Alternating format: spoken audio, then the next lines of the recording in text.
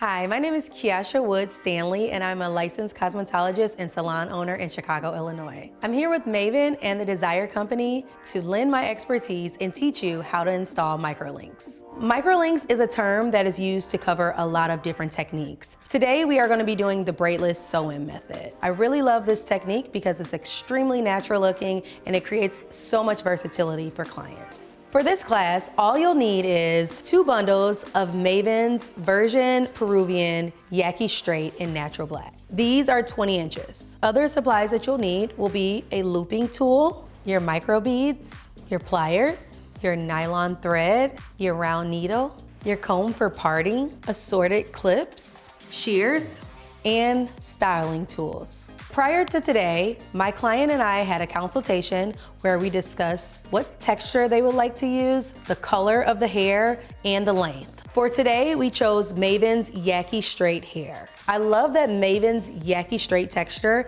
is tangle-free and has little to no shedding.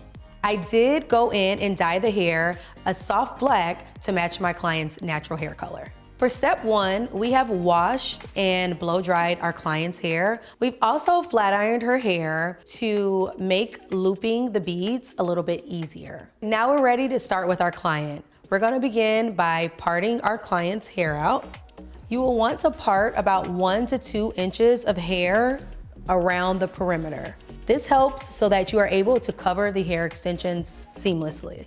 I'm gonna start in the front by leaving out where she's gonna want her hair parted. We are gonna be doing a middle part today, so we're gonna be leaving out a U shape in the middle of her head. This will cover your hair extensions that will be sitting at the top, and just clip that hair away. Next, we're gonna section out the sides. The purpose of leaving out the sides will be so that your client will be able to wear their hair in a ponytail. So now that we have sectioned off our hair, you can pretty much just clip this extra hair away, or you can braid it up, whichever feels comfortable to you. I am gonna braid it away so that it doesn't get in the way of when I'm doing my beads. Now that you have your hair braided up, this is where you're going to start with your microlinks. So we're gonna begin by parting out our first section to start our beading process. You want to do a very straight part directly across. You want to make sure the partings are small. We don't want them to be too thick. We want to make sure that this area for the beads is free of any flyaways. So use as many clips as you need. I'm going to use our Velcro. To start, we are going to take a very small section of this part. You can use your nail, or if it's comfortable for you to go and use your comb, you just want to take a very small section. We're pretty much creating a square. And once you have that hair, you are going to take your looping tool. So I'm just gonna take her hair and pull her hair through that looping tool, and I'm gonna push our bead upward and pull the hair down. You want to make sure that you are beading your looping tool prior to your client arriving to save some time on the installation process. Take your pliers and you're just going to squeeze the bead flat. So we want to make sure that it's secure but not too tight on your client's hair. Now I'm going to go ahead and just bead this whole row and do my first beaded row.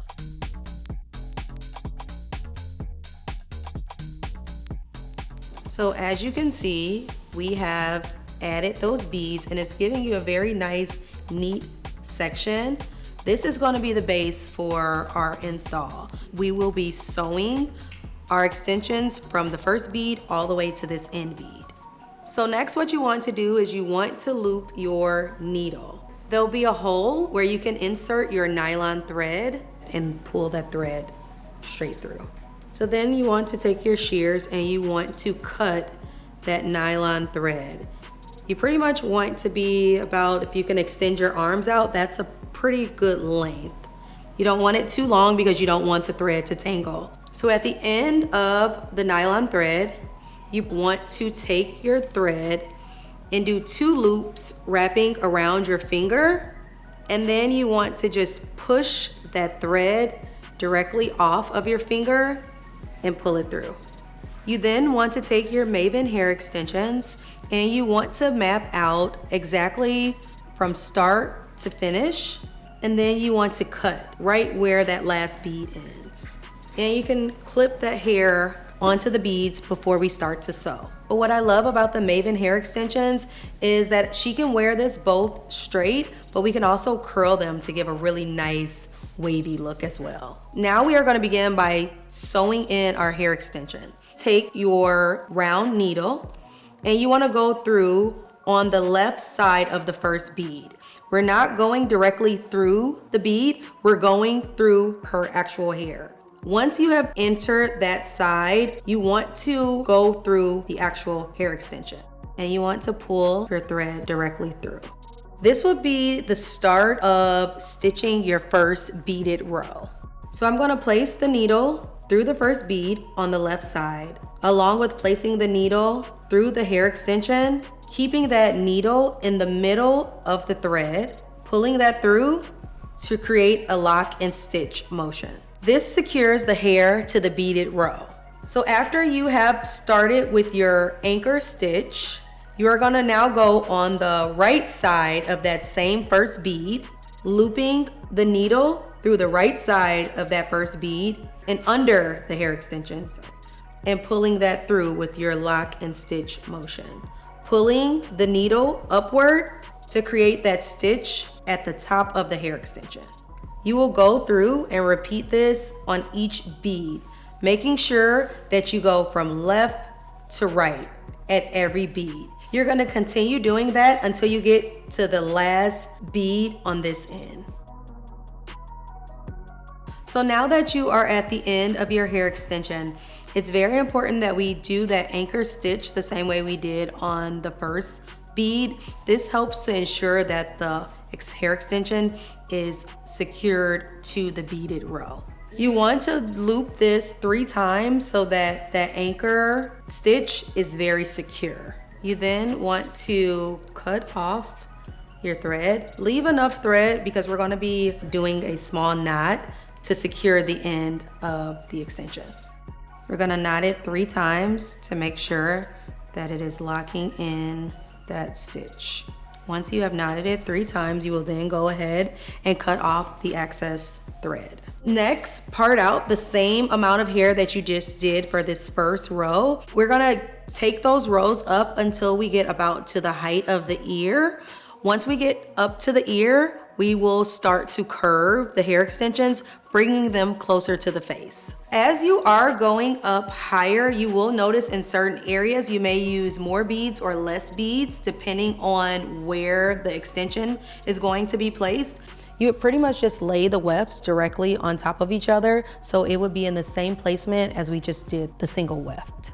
So once again, for every row, you're gonna part it, add your beads, measure your hair, and then you're gonna sew it. I have found that when doing this technique, I usually do about 7 to 8 rows, but really that will depend on the density of your client's hair. And also be sure to take your time when doing this. You want to be very neat with your partings, very neat when you're adding your beads. This is going to be very important to making sure that the foundation of the microlinks are lasting, and it's going to make it so that your client will get a long wear. With microlinks, you want to make sure that you are gentle when you are styling these because you want to make sure that you don't pull the beads out. You want to make sure when you are combing or brushing your microlinks that you are always starting from the bottom. Combing too close to the root could actually cause you to yank on the beads up top. And also when just shampooing and conditioning, just make sure you're being very gentle. I also tell my clients to come in every 4 to 6 weeks for their maintenance appointment. During that 4 to 6 weeks, your client's hair will have grown out, creating a little bit of new growth. So during that maintenance process, you'll go in and you'll push those beads right back up to the scalp. Now that we have completed our top row, we're just going to go in and we're gonna unravel that leave out hair that we left around the perimeter of the head. We're gonna flat iron all of the leave out to blend with the hair extensions. We're also then gonna do the same thing on the top to just blend the natural hair with the hair extensions before we start with styling. I'm going to use a wax stick. This kind of just helps to smooth the hair out so that it blends really nicely before you flat iron it. Now you don't need to use too much of this. A little bit goes a very long way. So you're just going to add a little bit to the back where you're going to be flat ironing. You want to make sure that you're taking small sections so that you are really getting this hair nice and straight, especially in the back and along the edges. I'm going to use a smaller flat iron so that I am getting very close to the roots of her hair. As I get a little bit higher in the leave out, I can use a bigger flat iron. So after you've blended and straightened out all of the hair, you want to just cut a little bit of the extensions to blend with these little pieces in the front. We don't want to cut into the extensions too much because we want to keep that length and that fullness, but we do want to blend this here a little bit. So we're going to cut just a little bit there. So now that we have pretty much just blended out all of her natural hair with the hair extensions, we've also went in and added some hairspray and a couple of products. Now you can see how nicely the hair blends. Looks super natural, nice and flat. Microlinks is definitely something that you want to add to your service menu. It is super flat and it's also ponytail approved, and it's definitely giving luxury hair extensions. Go to Maven's website to find this hair and other bundles like it.